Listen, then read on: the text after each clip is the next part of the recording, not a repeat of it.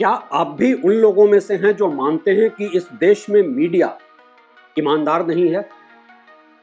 क्या आपको भी ऐसा लगता है कि यहां पे हर पत्रकार बिका हुआ है? क्या खबरों को देखकर आपको ऐसा एहसास होता है कि हर पत्रकार सत्ता की दलाली कर रहा है? क्या इस देश की मीडिया पे अब आपका कोई भरोसा नहीं बचा है? दरअसल आप बिल्कुल सही सोचते हैं। एक पत्रकार होने के नाते पत्रकारिता के इस इकोसिस्टम, इस परसेप्शन पे मुझे भी बहुत शर्म महसूस होती है।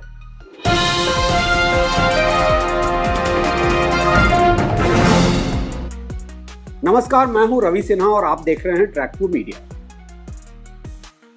इस देश में पत्रकारिता खत्म हो चुकी है और उसकी बहुत सारी वजह है। सबसे पहली वजह है मीडिया का अपना बिजनेस मॉडल। विज्ञापनों के सहारे चल रही मीडिया, जिसमें सरकारी विज्ञापन बहुत बड़ा कंपोनेंट है और उसके लिए कुछ नॉर्म्स हुआ करते थे कभी नरेंद्र मोदी की सरकार के आने के पहले। मसलन कि आपका अखबार का सर्कुलेशन जितना होगा या टीवी चैनल का आपका व्यूअरशिप जितना होगा, उस प्रोपोर्शन में आपको सरकारी विज्ञापन मिलेंगे। अब यह डिस्क्रिशनरी है और यही वजह है कि हर अखबार, हर टीवी चैनल सत्ता की चाटुकारिता कर रहा है।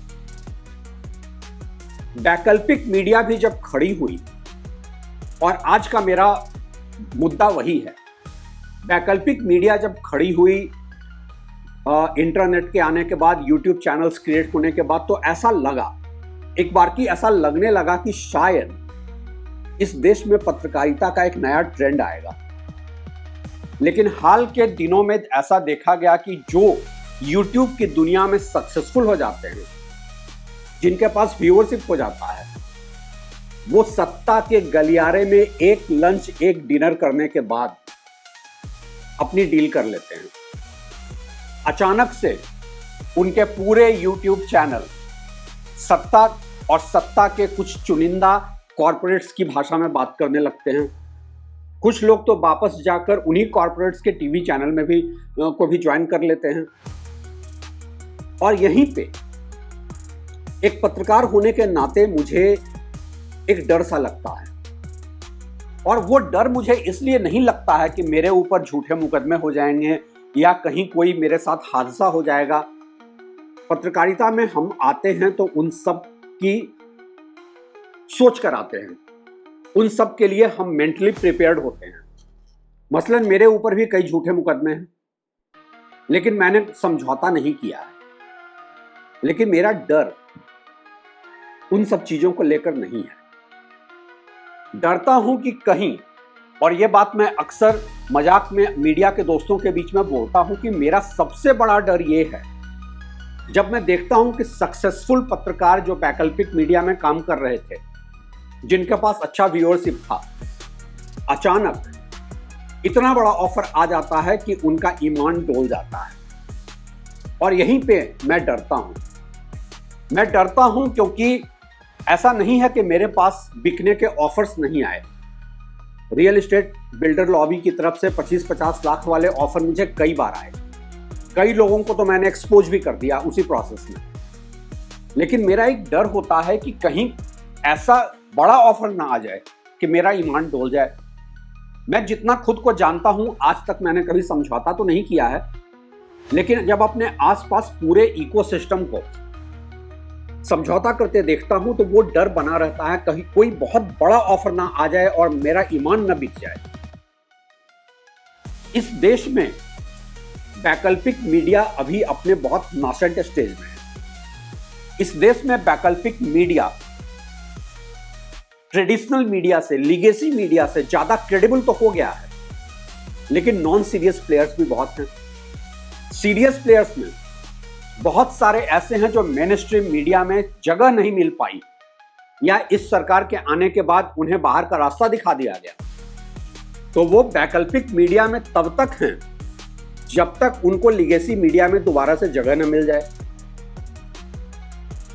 जरूरत इस बात की है कि ऑडियंस इस बात को समझे, ऑडियंस सपोर्ट करे वैकल्पिक मीडिया को और उन सारे स्वतंत्र पत्रकारों को